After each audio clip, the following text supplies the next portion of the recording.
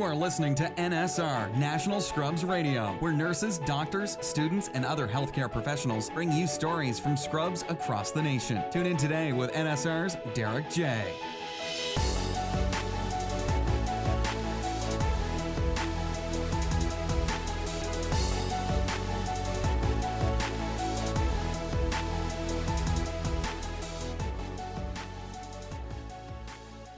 Hey, welcome to NSR, that's National Scrubs Radio. My name is Derek J, your host for today. And what I've learned from working in the healthcare arena, whether you're a doctor, nurse, speech pathologist, it doesn't even matter, that everyone has a story, and I want to hear yours.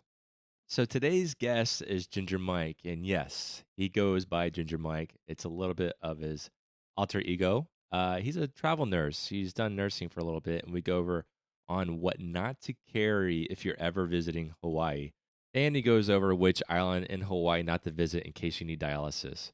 Ginger Mike is also married to another nurse. Her name is Jessica. They've done some travel nursing together. Stay tuned for another episode with her.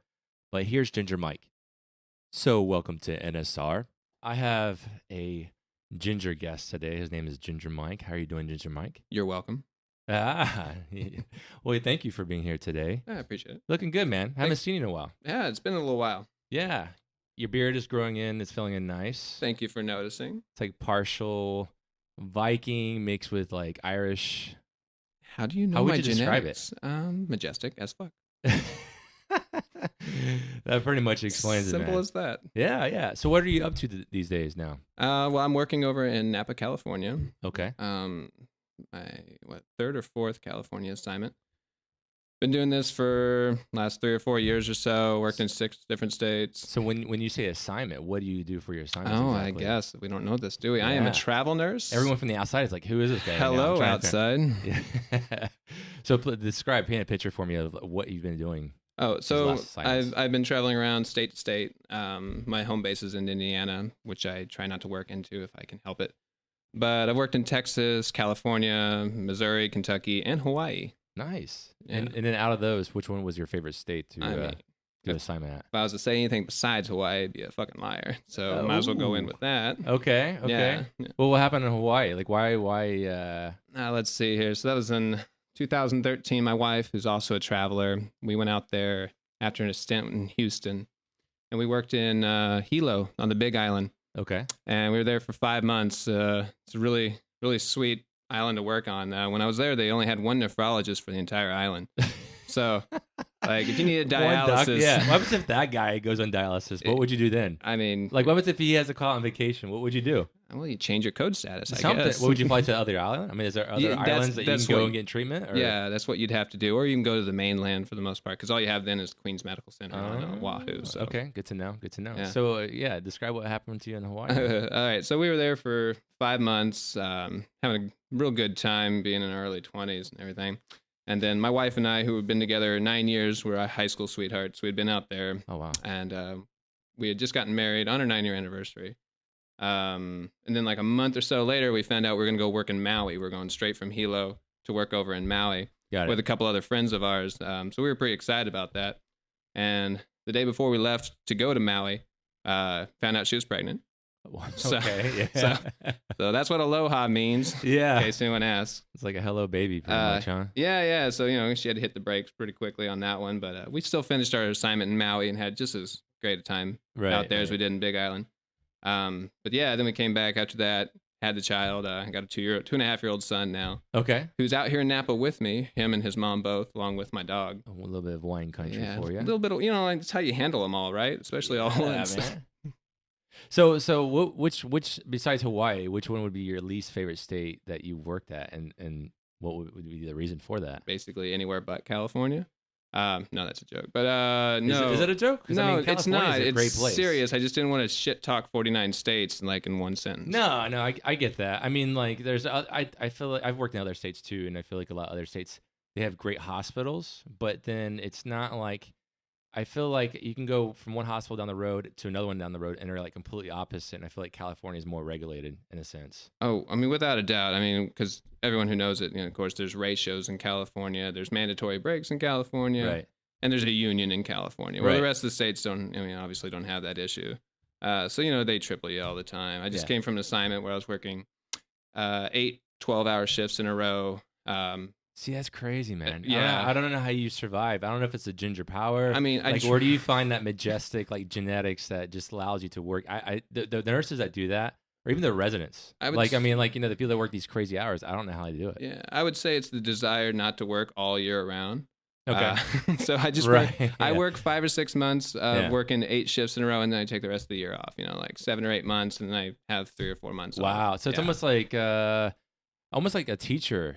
In a sense, I mean, it's different. I get summer break. You get your break. You can make your own break out of it. It's a good point. Yeah, so I just pick it up as I go. Like I extend some places longer than others, but if I can get to work all my shifts in a row, like right now, I'll work 6 in a row, and I'll take 8 off. So that's the beauty of nursing in the way. Yeah, I have 8 days off in a row, like every other week or so. So it's such a great job. Yeah, I mean, there's a lot of I've met a lot of hospitalists or internal medicine people that work 7 on, 7 off. That seems great, but I just don't like the idea of being on call. Well, I work, I don't usually get put on call, because travelers get paid if they're canceled or not. So for the most part, they're intelligent enough to bring you in. Yeah.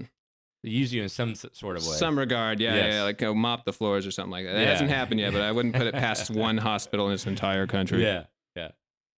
So going back to Hawaii, before we started recording, we were just chatting it up and stuff, and you had an interesting story. Oh, yeah. What happened in Hawaii, man? Well, so you had asked how they handled gingers in Hawaii. Yeah, how do they view gingers? I mean, I did some personal experience on this to figure it out. I went in very subtly and came out with 2 court appearances for the strangest, weirdest things when I was on Hawaii. So the first time, it was like the second week we were out there. Me and a friend were sitting out there drinking on a beach, having a time of our lives. When a couple uniformed police officers came out there to remind us we couldn't drink on that beach. They had to step over a few other drunks to get to us. So they saw the ginger and they saw you, and it was like boom. It was like a lightning rod. It's like a beacon, yeah. So they asked my ID and everything. We ended up with a court appearance for that.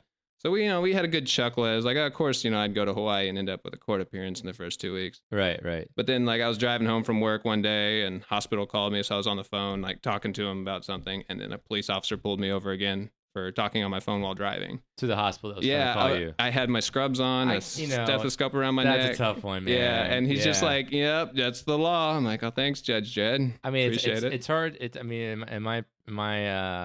My perception is it's hard to defend the open container in the sense of every state's going to handle that differently. But you're talking to a hospital that's trying to call you for work. I mean, that's pretty. Yeah. And then a court date on top of that. Afterwards, got the ticket, and I'm like, "Oh, this is bad enough." But then I read it, and I'm like, "Yeah, you got your court appearance." I'm like, "Oh, no shit." Well, welcome to Hawaii. Sweet. Aloha. Yeah. So how are you liking it in Napa right now? Oh my God. I mean, Napa's it feels like I'm back in Hawaii. Just, I got more space to drive around. There's a lot more concerts going on. Right. But no, Napa, I mean, come on. I mean, it's a destination assignment, and the job's nice, the pay is nice, and I don't know if this view behind us here is not too bad. I'm looking at your window, and it's pretty surreal. Pretty majestic. Yeah, pretty ginger majestic. You know how much I pay for this place? I don't even want to know. I really don't want to know. That me personally, so the company pays for it, right? But then because it's 1,200 square feet, 2 bedrooms, both of them have closets. I got my boy here. I pay $120 a month to live here. 120? Yeah, extra. Yeah. Oh my gosh, there's a lot of people right now that are hating you. Oh yeah, they are, especially in this area. Yeah, they're like, what did he just fucking say? Who does he know? Absolutely. So you said that did you say your wife is also a traveler? Yeah. So how do y'all manage the traveling lifestyle? Being a married couple. Assignment at a time. Usually a week at a time. No, just one day at a time. Right? Yeah, no shit. Well, she's got the harder job. She's got to put up with a toddler.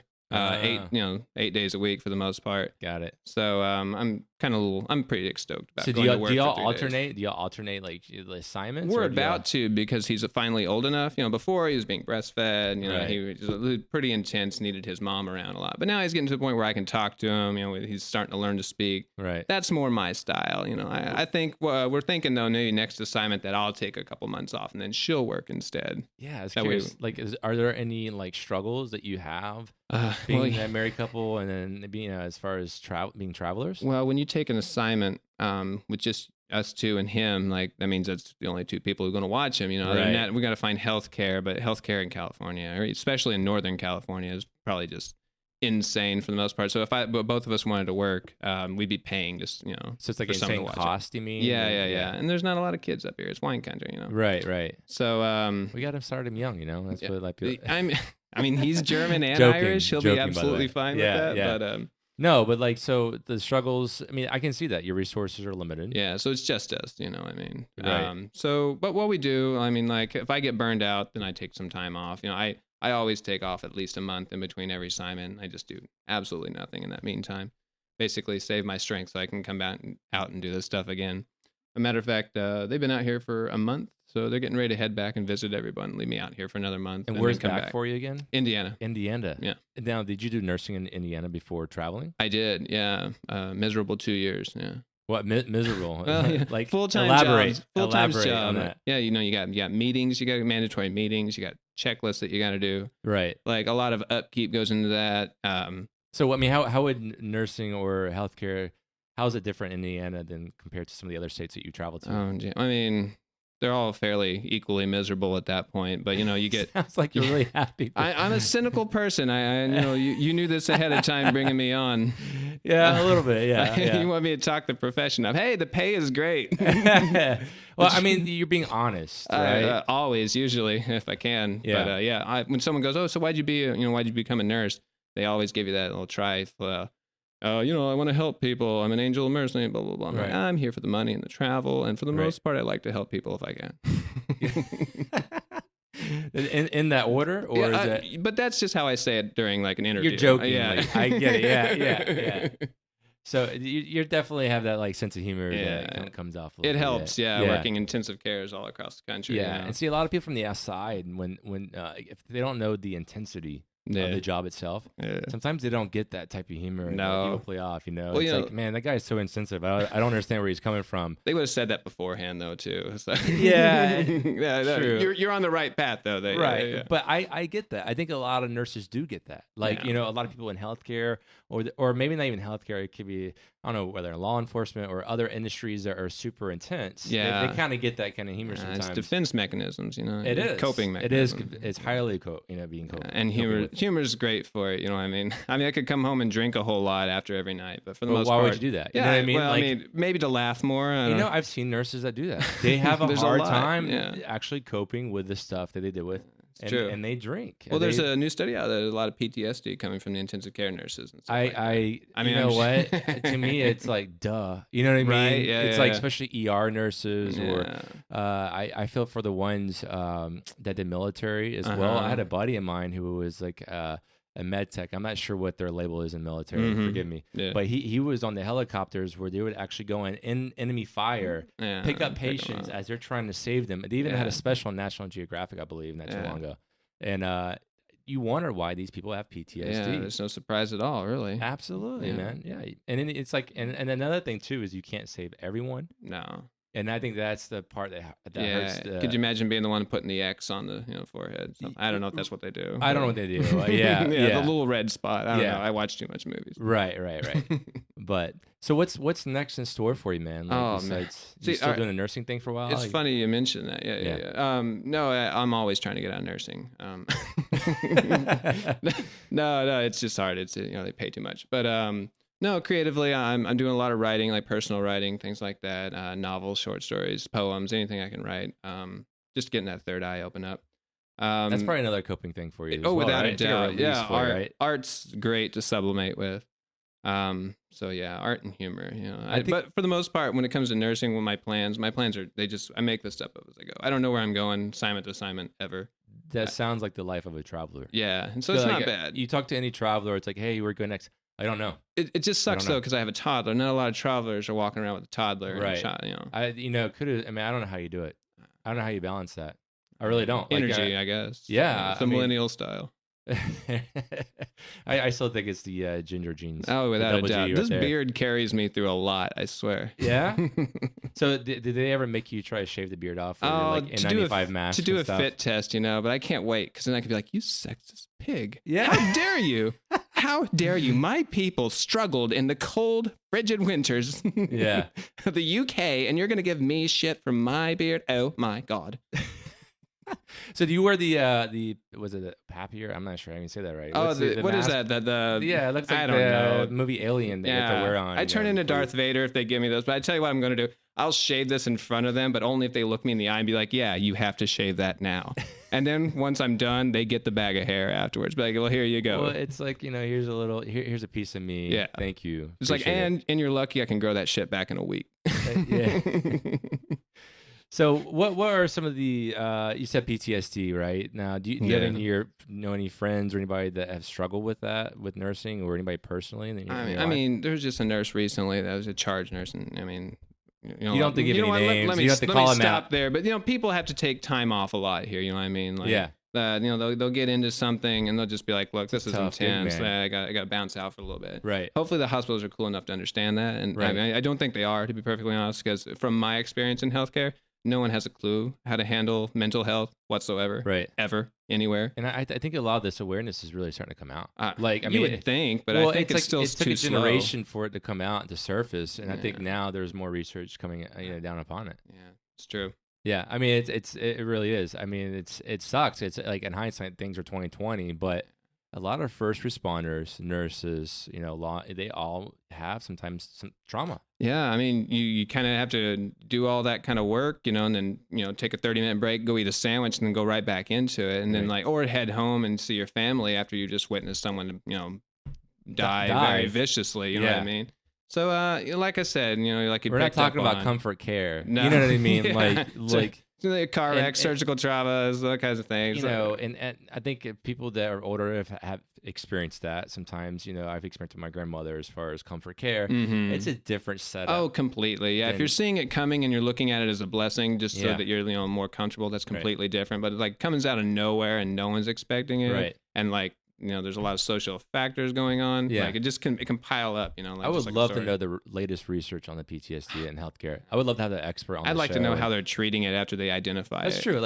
How they identify it, and then what are the treatments for? So what are you doing? Tell them attaboy and then give them a psych? That's the old school way, I think. I really don't know, because good question. I would hate to hate on no one's treating it, and there's actually some programs out there somewhere in the country that are, without a doubt. And I'm just seeing it from an intensive care point of view. Right. Yeah, they consult psych. It's usually to get them out of there as soon as possible, because they're one-to-ones for suicide or something like that. Right. Yeah. Right. So, any other issues that you've noticed, or anything that you're like, man, this sucks in healthcare, or it's great? Let's flip the switch. Oh, you want to be optimistic? Yeah, I'm the optimistic guy here. Oh shit, I don't know if I'm drinking enough. But to be optimistic, I mean, come on, we can do anything in the hospital nowadays. Like, if you got a medical concern, there's something we can do. You know what I mean? Right. I mean, granted, of course, that stuff starts to pile on. You come in with big old comorbid histories and stuff like that. But there's ECMO, there's CRT. Yeah, there's a lot of stuff. I don't know, my God, hospitals can do anything these days. So what do you know where's next for you as far as assignments, or are you just kind of still throwing a dart at the map and just this is where I'm going to land? I mean, I just can't leave California. I mean, once you do California, it's hard. I held off for a long time. I went to Texas, Hawaii. I did all that, and I'm just like, all right, now it's time to go to California. Yeah. And then I get out here, I'm like, oh, this is nice. This is really nice. Yeah. And I've always enjoyed the state of California. There's so much to do out here, and the people. There's no one type of person anywhere. So it's beautiful. I love coming out here for nursing. So if we, but we like the northern part. We're not, I'm a ginger. I don't need the south. Yeah. Southern California thing. I won't be outside very much. Right. I like the temperature being relatively cold. You can't beat Northern California a lot of times when it comes to nursing. But well, man, I greatly appreciate you stopping by, sharing everything that's going on in your life. Yeah, man. You're back. You're welcome back anytime, dude. So, appreciate that. Thank you for having me. Thank you so much, buddy. Yeah, man. Thanks. Thank you so much for listening to NSR, National Scrubs Radio, with your host, Derek J. For more great content and to stay up to date, visit Facebook and Twitter @NatScrubsRadio. We'll catch you next time.